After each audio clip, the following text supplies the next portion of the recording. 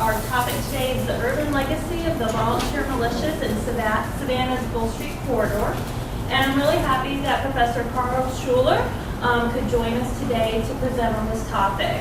Professor Schuler has been a Savannah resident and professor of architectural history at Savannah College of Art and Design since 1996. He completed a bachelor's degree in art at Humboldt State University and received his MA and PhD in art history and archaeology from the New York University Institute of Fine Arts. Prior to joining SCAD, he served as a research assistant in the medieval department of the Metropolitan Museum of Art, served as assistant editor of Gesta, Journal of the International Center of Medieval Art, and taught at King College, the City University of New York, and Manhattanville College. Although trained as a historian of medieval architecture, his research interests have expanded to include military and fortified architecture. And his most recent work in this field is included the newly published Society of Architectural Historians Guide, Buildings of Savannah, which I've seen. It's really interesting. A lot of the SCAD architectural history professors contributed to that volume, Buildings of Savannah. So if you haven't seen that, I recommend you pick up a copy, because it's covers a lot of territory in Savannah, not just downtown, but throughout the city and community. Professor Schuler is also a retired veteran with 27 years combined service in the U.S. Navy and U.S. Coast Guard Reserve, and he's currently a member of the U.S. Coast Guard Auxiliary and American Legion Post 135. So with that, I want to invite Professor Schuler up to the podium.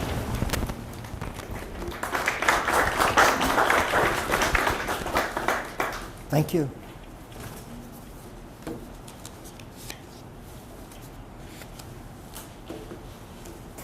The city of Savannah, founded as a bulwark against colonial Spanish Florida, has always included a strong military component. Aspects of its urban plan are related to the design of military camps, and the early development of the city included barracks and defensive works. But the city's urban fabric has also been shaped by Savannah's volunteer militias, whose legacy is not only seen today in surviving architectural monuments, but also in the use of urban space within the city.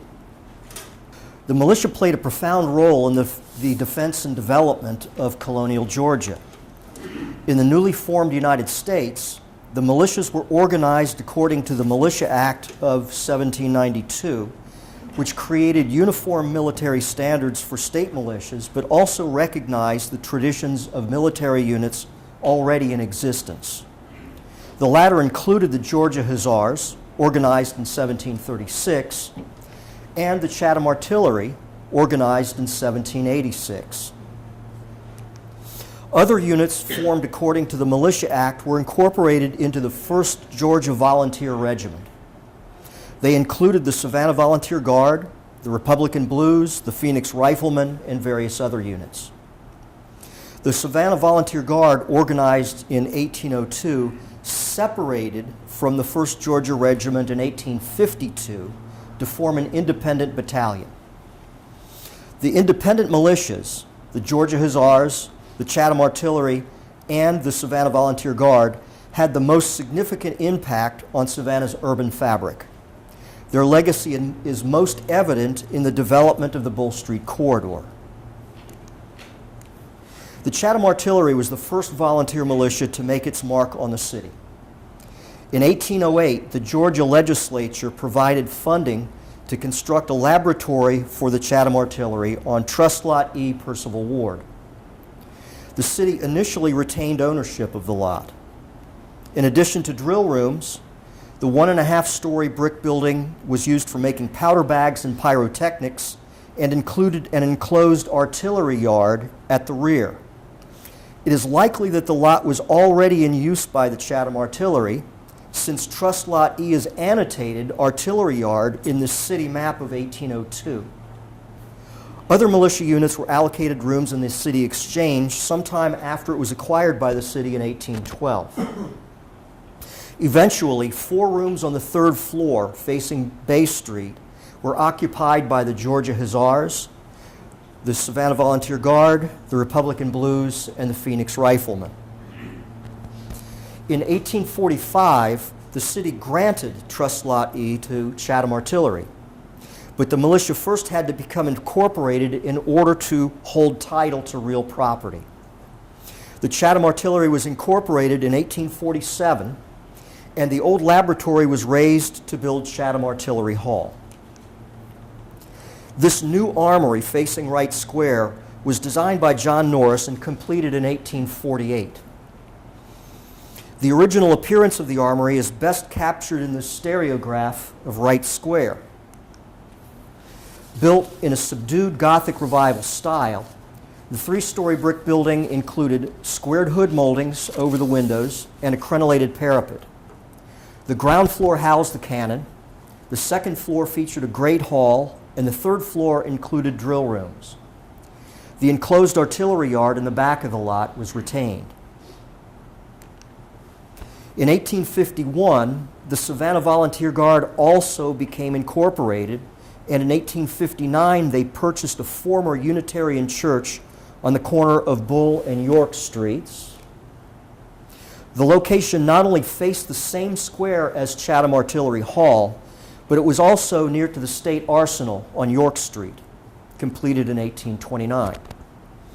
The open ground plan of the church was well suited for use as a drill room, and the church furnishings, such as the pews, were sold to finance its conversion into an armory, including gun racks and a flagstaff added to the church cupola. By this time, the martial character of the Bull Street corridor included Oglethorpe Barracks, as you can see here, the federal compound constructed in 1834 on the present site of the DeSoto Hilton Hotel. Prior to purchasing this site from the city in 1833, federal troops had employed part of the city common as a military cantonment. The federal government retained the old cantonment until 1853, when it was conveyed back to the city. The city then granted the 19-acre site bounded by Gwinnett, Whitaker, New Houston, now Park Avenue, and Montgomery Streets as a parade ground for, quote, the volunteer companies of the city of Savannah, end quote. 6 years later, in 1859, the militia companies petitioned the city to exchange this tract of land for an adjacent tract in the common directly south of Forsyth Park Place, bounded by Hall, Drayton, New Houston, and Whitaker Streets, now known as Forsyth Park Extension. The exchange was made, and the city subdivided the old cantonment tract into residential lots. The history of the parade ground, also known as Forsyth Park Extension, is complicated.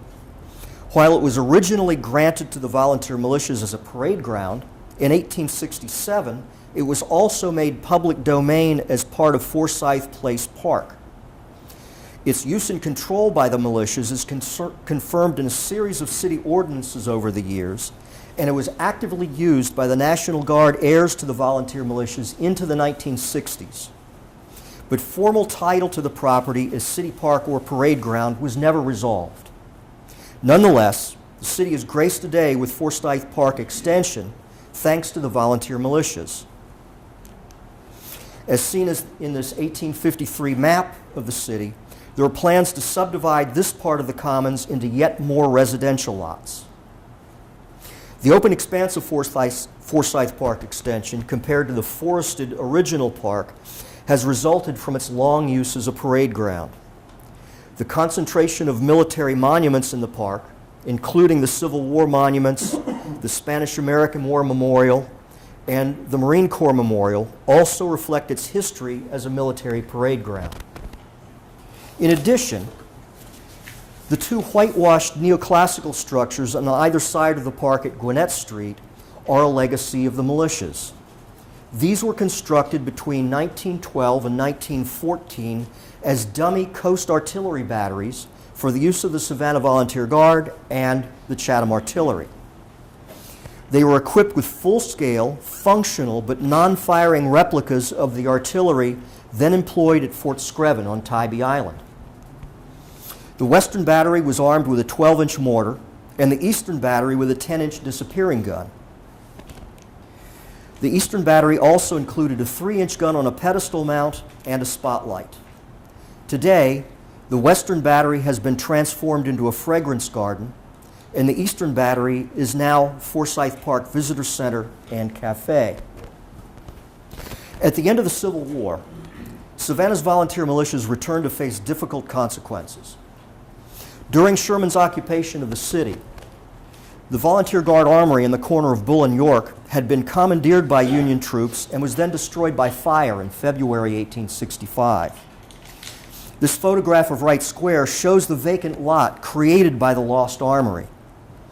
Chatham Artillery Hall was confiscated in 1864 for the Freedmen's Bureau and was used as a school for former slaves until 1868, when it was returned in a dilapidated state.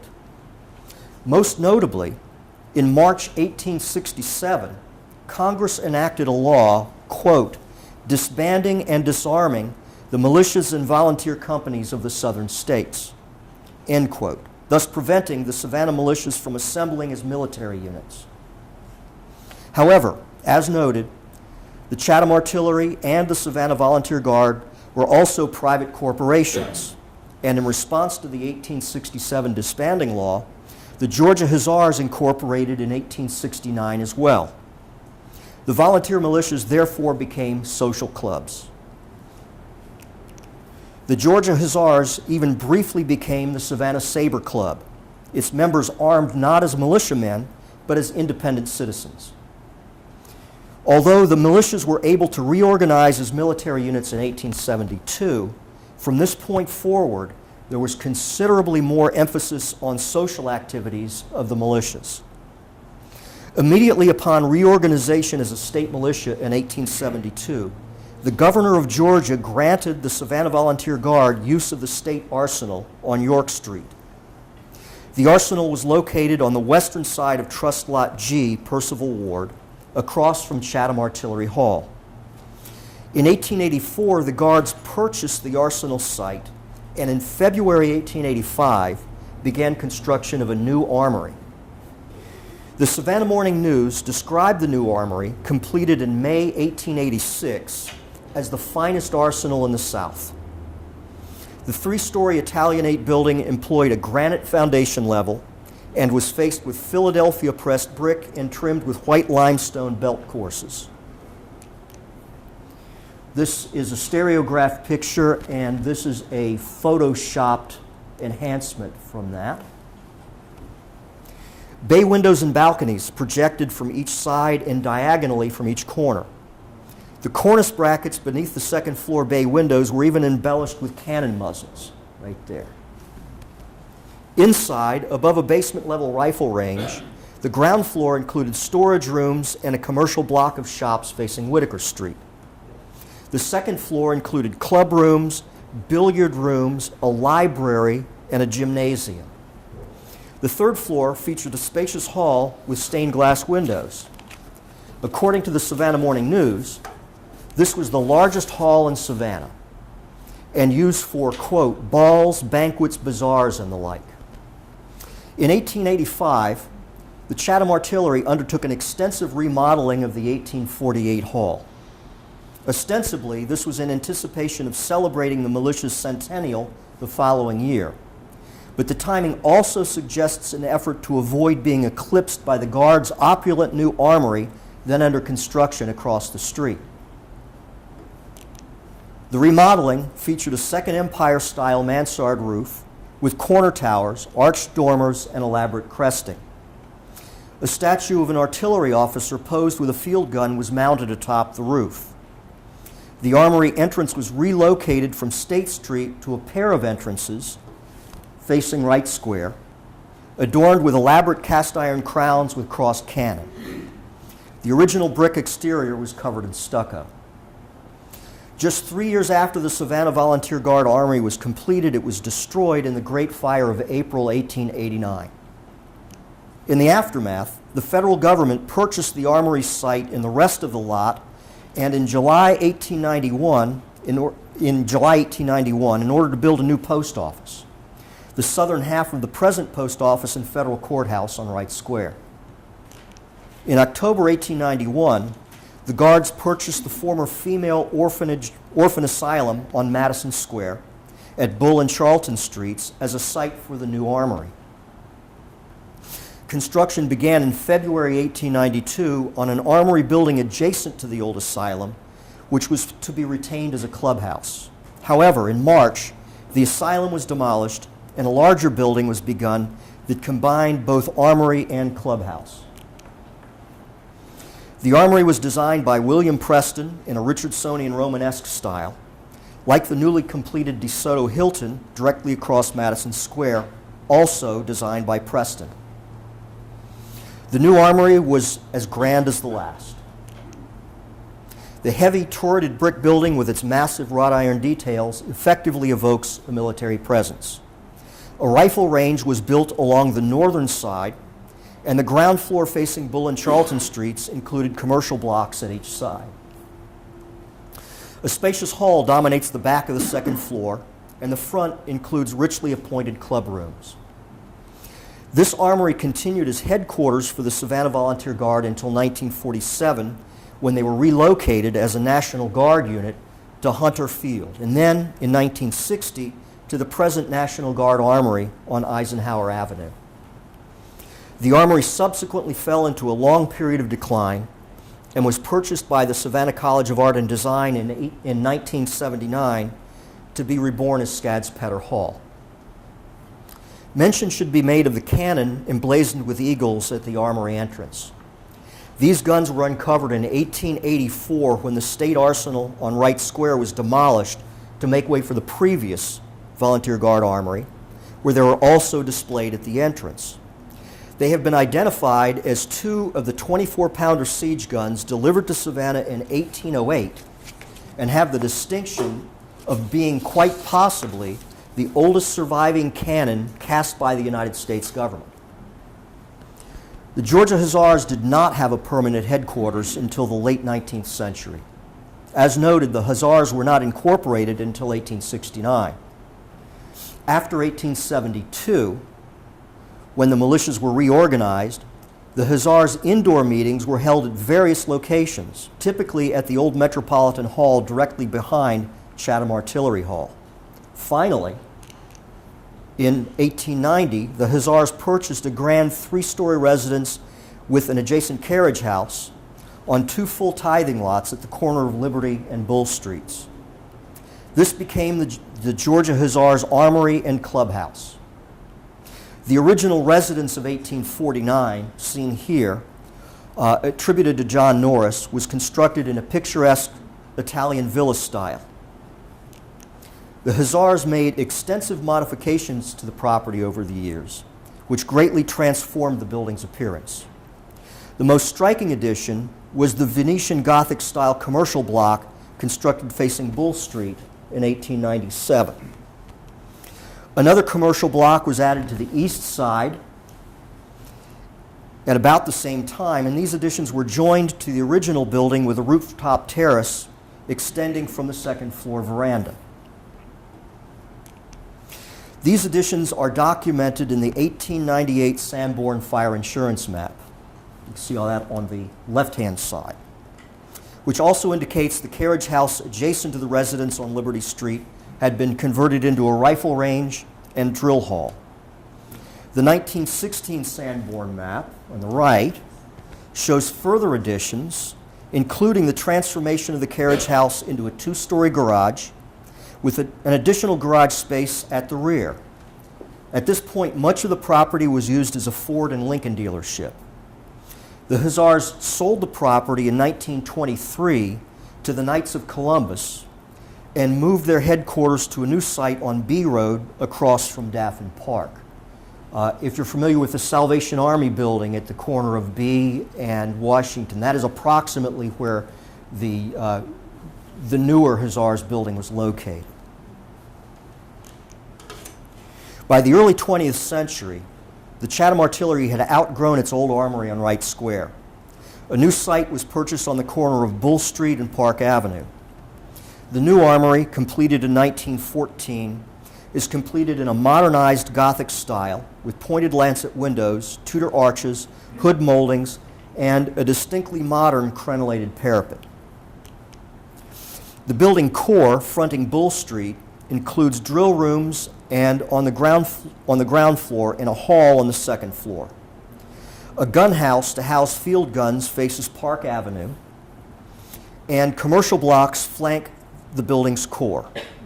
Of course, the location was conveniently right across the street from Forsyth Park Parade Ground. In January 1942, the Army 8th Air Force was founded in this building.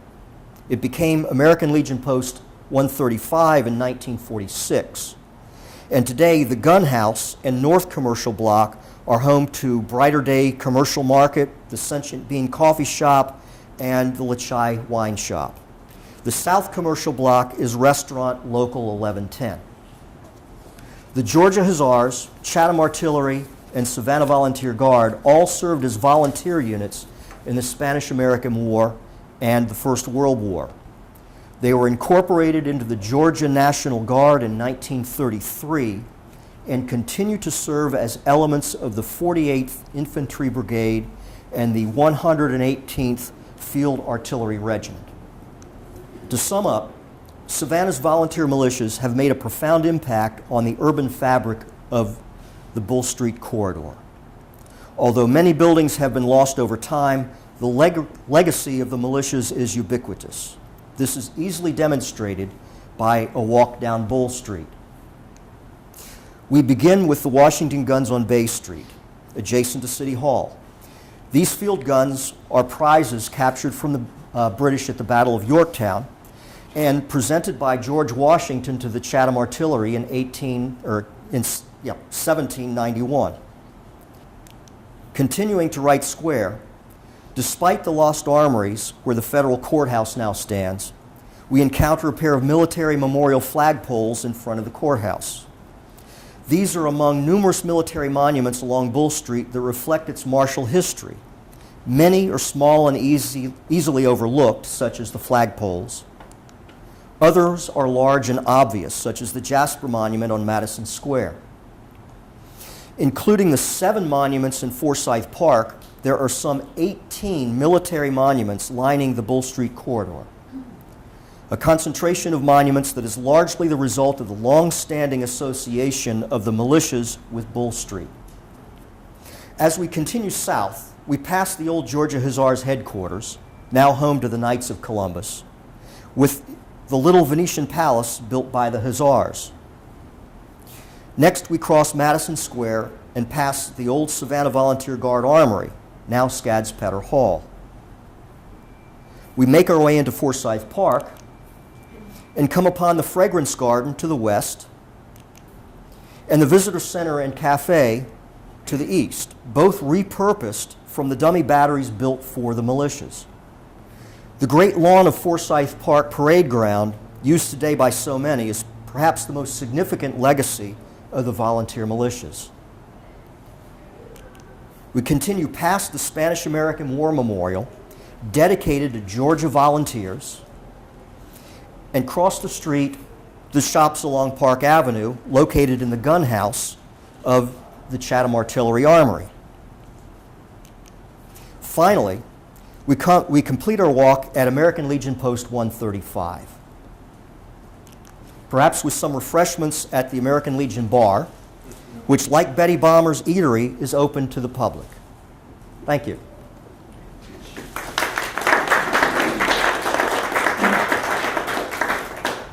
Questions? Big questions? The cannons, we have a picture, I'm a Legionnaire too, like you are. We have a picture of 2 cannons sitting in front of the building. Those are the Washington guns. Those are Washington? Yes, they are. I know that photograph. Who owns them? You know, that's a good, they're right outside here, as you know. My guess would be that they're still owned by some vestige of the National Guard arm of what was the Chatham Artillery, but I don't know. It should be easy enough to find out. What about the cannons on the SCAD building? SCAD owns those. It's part of the building, yeah. Other questions? Gordon, do you know the answer to that question about the cannons?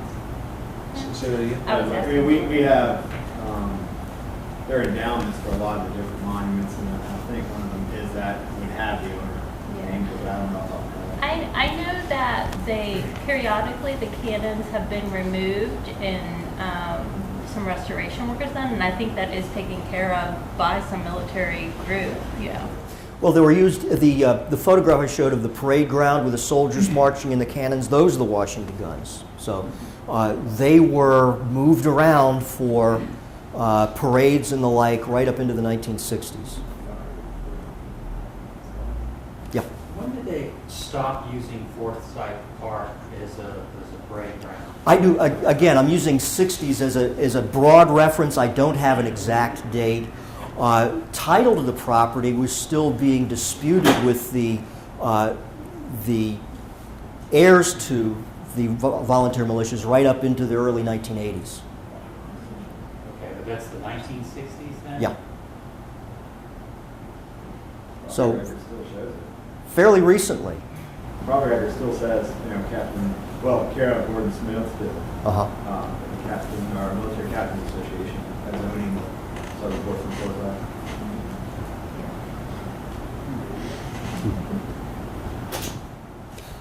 One other note, the two bronze cannon on Madison Square that are markers for the historical road markers, there's one on each side.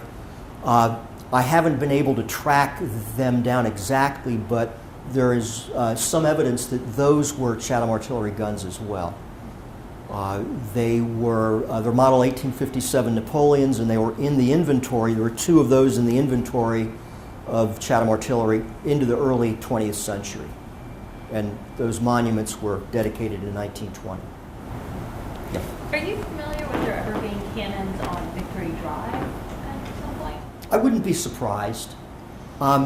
Basically, in the late 19th and early 20th century, there were just big pieces of scrap metal. And so, for example, you saw the picture of the original post office and courthouse there. The bollard right at the intersection there is a cannon stuck muzzle into the ground. And they were used as bollards and things of that nature quite a bit. Was Daphne Park designed as a military parade? Not specifically. However, when you look at early maps of Daffin Park, it is labeled parade ground on that southern half. We have some maps of Daffin Park pre it being developed into Daffin Park that show it being used as a horse track, and there was a lot of horse stables around the Daffin Park area, which I think might. Well, that's the Hussars were there. Yeah. Yeah. So Wicklow Farms, I think, is the last vestige of it being a horse area around the Daffin Park area. Yes. The building that has the Moorish design. Yes. Can you tell, do you know anything about? Yeah, it was built in 1897, and it was simply a commercial block. You realize all of these armories, in order to help pay the bills, had commercial blocks incorporated into the armory. And so that was just built as a rental property for commercial use. It was originally a drugstore. Yeah. So it wasn't built specifically for auto. No. That's something that just evolved. Right. Interesting that architecture was chosen. Well, this is the late 19th century, so Victorian, Gilded Age, and everybody liked elaborate architecture. So was the volunteer militia able to raise the funds themselves to build these buildings? It was a challenge. And yeah, no, it really was. And there, for example, there's a book about the Savannah Volunteer Guards by Kennedy, who was one of the members of the Guards, and it goes into great detail on the challenges of fundraising. And of course, when they built that building that burned in 1886, fortunately they had insurance. They didn't have insurance for the earlier building, but they were able to sell that property to the United States government, and that enabled them to buy that other lot. It was then used for the present armory. Yeah. The focus on Bull Street, is that something that just, we have the surviving architecture, so that's kind of how you You put together the presentation, or was there a reason why things were concentrated at Bull Street, or were they? Well, as you know, Bull Street really bisects the city. Mhm. You've got, well, City Hall today, but originally the City Exchange was here. And these major militias really focused on Bull Street. I imagine because it was such a city center, it's where you would have parades and so forth. The various other militias often did not have the resources for their own dedicated place, but they were here and there. So I think Bull Street was a deliberate choice, and of course you had, at a very early date, you had the barracks on Bull Street, so just sort of a natural military avenue. So, you just pointed something I've never even noticed is the lights are camera. Yes, they are. Yeah. I've never noticed that. Yeah. You just pointed that out, I was like, I've never stopped noticing those. Sorry. Yeah, this building actually burned about 3 years ago. Yeah, there was a fire. Petty bombers and burned, and a lady that lives behind the building was coming back early one morning and discovered the fire, called the fire department, and got them in there in time to save the building. The fire marshal said that it would be gone without we had a massive work. The architect for this building is the same architect as City Hall, is that correct, Wickover? That's correct, I believe, yes. We just get our cannons back.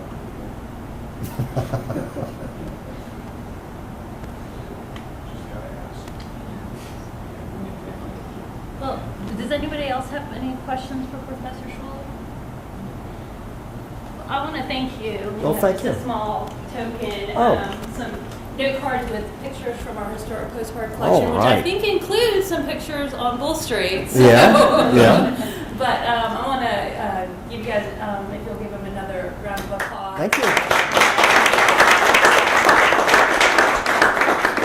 I don't yet know what our next lecture will be, but I'll send that information out. But I did want to mention, if you haven't stopped yet to look at our new exhibit downstairs, 2016 is the 50th anniversary year for the designation of our National Historic Landmark District. So there are many activities going on throughout the year with different organizations in Savannah to celebrate that 50th anniversary. But one of the things the city did is we held a competition for elementary school students to submit artwork that celebrated the National Historic Landmark District.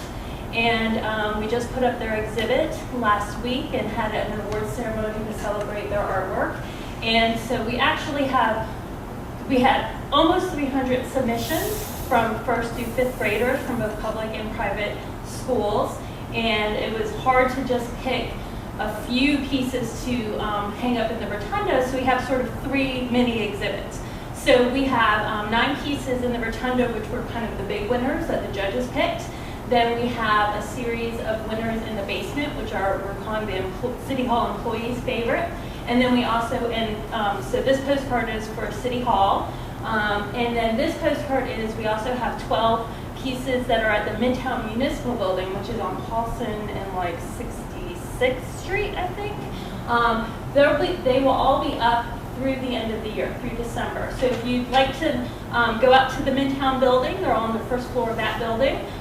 Or just stop while you're here in City Hall and look at the pieces. They're really fun and bright and colorful, and the kids work really hard, and the guys come out and shake hands with the mayor, and they've really brought a lot of color to our basement level, which we've never had. But pick up some postcards, share them with people, tell people to come out and see them. We're really excited.